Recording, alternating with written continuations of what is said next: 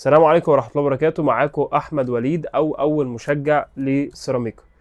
النهاردة جايين نتكلم على تعادل مصر مع أسبانيا. النهاردة تعادلنا ماتش كبير جدا جدا لمنتخبنا الوطني. اعتبره بالنسبة لي ممكن يبقى تعادل بطعم المكسب، فأنا ممكن أبارك عادي وأقول لكم ألف مبروك على التعادل ده. ولكن قبل ما نتكلم في الحلقة وقبل أي حاجة، ما تنساش إن أنت تعمل لي اشتراك في القناة، ما تنساش تعمل لايك للفيديو ده وتكتب كومنت وتقول لي رايك ايه في الماتش، وبرضه نفس الكلام تعمل لي فولو على التيك توك، فولو على الانستجرام، فولو على الفيسبوك. اول حاجه عايزين نبدا بيها كده واحده واحده، عايزين نبدا بتشكيل الفريقين. عندنا النهارده حلقه دسمه، ممكن نسميها كده. كوتش دسمه دي امي، ده انا جامد قوي. نبدا بتشكيله صاحب الارض. بيبداوا بحراسه المرمى رايا، ديفيد رايا، حارس ارسنال طبعا. على اليمين بيدرو بورو، توتنهام. عندنا موسكيرا، ارسنال. ده المدافع اللي هو الاسمراني ده، خطير جدا خطير جدا، عمل هجمات خطيره جدا يا جماعه. مدافع مميز قوي قوي قوي. بعديه عنده هويسن، غني عن التعريف، لعيب ريال مدريد، ولاعب بورنموث لاعب روما، وقبلها كان بورنموث. اللعيب ده كنت يعني انا بجد بجد بجد انا بعشقه.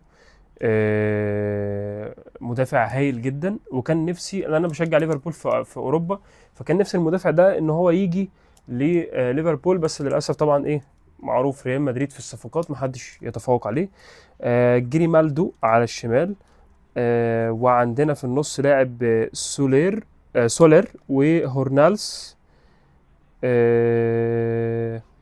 وعندنا داني اولمو. وعندنا لورنس يا جماعه، سوري انا اسف. وعندنا داني اولمو، وعندنا يمين يامال، وعندنا على الشمال برنيخيا، وعندنا المهاجم فيران توريس. ماشي، في اسماء كده ايه واقعه مني. لكن تعالى بقى في المصري. تيجي في المصري، في المصري ما حدش مصري. مصطفى شوبير في حراسه المرمى، يا سلام والله يا تحيا مصر يا عم. محمد هاني، ياسر ابراهيم، حمدي فتحي، احمد فتوح، مهند لاشين، مروان عطيه، زيزو، امام عاشور، اسلام عيسى، لاعب سيراميكا كليوباترا، فخر الدنيا وفخر العالم، وبيلعب النهارده على لامين يامال وانا مش مصدق نفسي اصلا، وبيلعب مع رودري، وبيلعب مع فرق نص العالم، ما صدقش نفسه ووقع، استنى اجيب القلم. اسمه ايه، فيرمان لوبيز، يا لا لا لا لا لا لا لا لا، خلاص احنا وصلنا العالميه. وفي الهجوم عمر مرموش، انا بظهر لا لا، انا شغال. عمر مرموش. طيب، اتكلم الاول النهارده على الشوط الاول. الشوط الاول النهارده كان بدايته كده كانت سخنه شويه. تسديده لامين يامال طايشه كده شويه، ومن بعدها في الدقيقه الثانيه فرصه لمهند لاشين. يعني دي كانت فرصه العمر، فرصه العمر.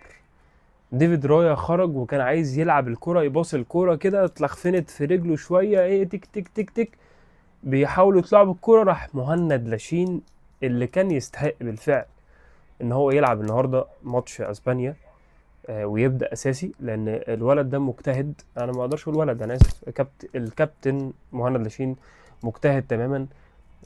عالمي عالمي، عامل اداء كويس جدا مع بيراميدز. كان يستحق، وضغط ضغطه حلوه قوي، وشاط الكرة، لكن للاسف الشديد رايا كان رجع يعني هجمه حلوه قوي قوي قوي. بعدها بقى ايه، بدأ بقى يبقى فيه بس انا عندي سؤال هنا، معلش عايز اساله في التشكيله اللي احنا موجوده دي. هو ليه حسام عبد المجيد ورامي ربيعه قاعدين على الدكه النهارده لحمدي فتحي؟ اصله الخبره، مش مدافع. اصله رجوله، مش مدافع. اصله مش مدافع. يعني انا ما اتمناش ان انا اشوف حاجه زي دي يا كابتن حسام حسن. ما اتمناش ان انا اشوف حاجه زي دي بتحصل في كاس عالم. والنبي، الله يبارك لك يا شيخ، بلاش. والنبي، نبي. انا انت عندك حسام انت بوريكوا ايه، عندك بره حسام عبد المجيد، وعندك رامي ربيعه، تروح تلعب لي بحمدي فتحي اللي هو مركزه 6 وبيلعب 8 اوقات؟ لا، هاتولي بقى مدافع، عشان ايه ده، رجوله بقى كشر وجامد قوي واتطرد النهارده، خد كارت احمر النهارده وده لو حصل في كاس عالم هنروح في 60 داهيه، بس يعني كشر. ماشي يتخانق مع موسكيرا واتخانق مع فيرمان لوبيس واتخانق مع كشر. انا صعب أوي. ايه يا كابتن حمدي؟ فانا بالنسبه لي كان يبدا بحسام عبد المجيد. حسام عبد المجيد لعيب عالمي، مدافع عالمي، والله العظيم انا ما زملكاوي، بس حسام عبد المجيد احسن مدافع في مصر بعد ياسر ابراهيم. يعني ان شاء الله خير. لامين يامال بعدها طبعا. أنا لامين يامال ده حاجه يا جماعه ما حصلتش يعني. طبعا اول 10 دقايق كده كده استحواذ اسباني، احنا كده كده بادئين اول 10 دقايق بل تقريبا اول ربع تلت ساعه استحواذ اسباني، واحنا بندافع بس. مفيش غير هي الشوطه بتاعت مهند لاشين. من بعدها عندنا ايه؟ مصطفى يعني داني اولمو شاط كوره، مصطفى شوبير كان واقف صح في نص الجون. كرة تولد بعدها، في كرة كده تولد من امام عاشور. لامين يامال ايه راح مرقص مروان عطيه حته دين ترقيصه. يا نهار يا لهوي. انا ما اقدرش احط الكرة دي طبعا عشان الكوبي رايتس، بس اديله وحطها، بس طلعت اوف سايد الحمد لله. او مصطفى شوبير طلع اصلا خلصها كويس. زي ما قلت لكم اول تلت ساعه تقريبا كله ايه لاسبانيا واحنا بندافع. عندنا بعدها بقى بسم الله الكرة بتاعت على طول بتاعت. هقول لك انا استنى. طبعا امام ادى ترقيصه لسولر خطير قوي. لامين يامال برضو ادى كرة بوش رجله لداني اولمو. اداها له داني اولمو برضو برشلونه، الاثنين في برشلونه فعايشين مع بعض. فتوح بقى رقص ترقيصه لامين يامال. يا لهوي يا لهوي. لا لا لا لا لا لا لا ده كان القيمه السوقيه، قيمه لامين يامال هتقل بعد الترقيصه بتاعت فتوح دي. شوفي الترقيصه دي تعمل لها كام دلوقتي.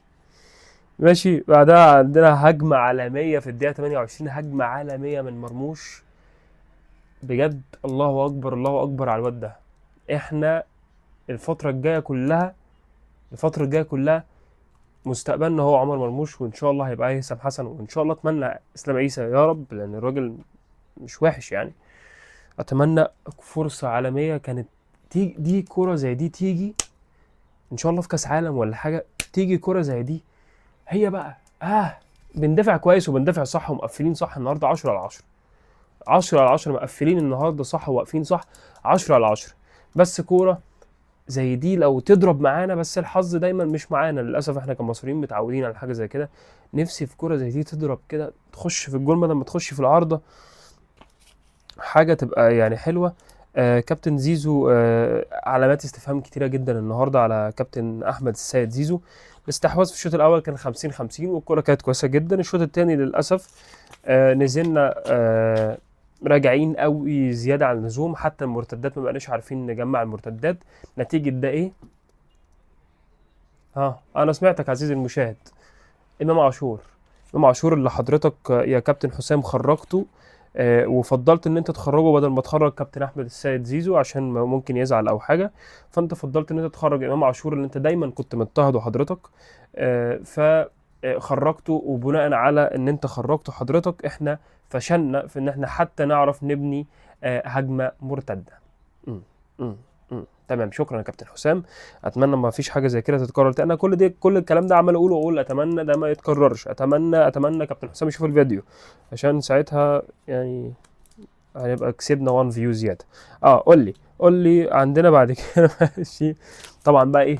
هجمات كتير من اسبانيا. مصطفى شوبير الله اكبر عليه، حارس ما شاء الله. المستقبل بتاعنا يا جماعه، حارس عالمي عالمي عالمي. مصطفى شوبير الله اكبر عليه.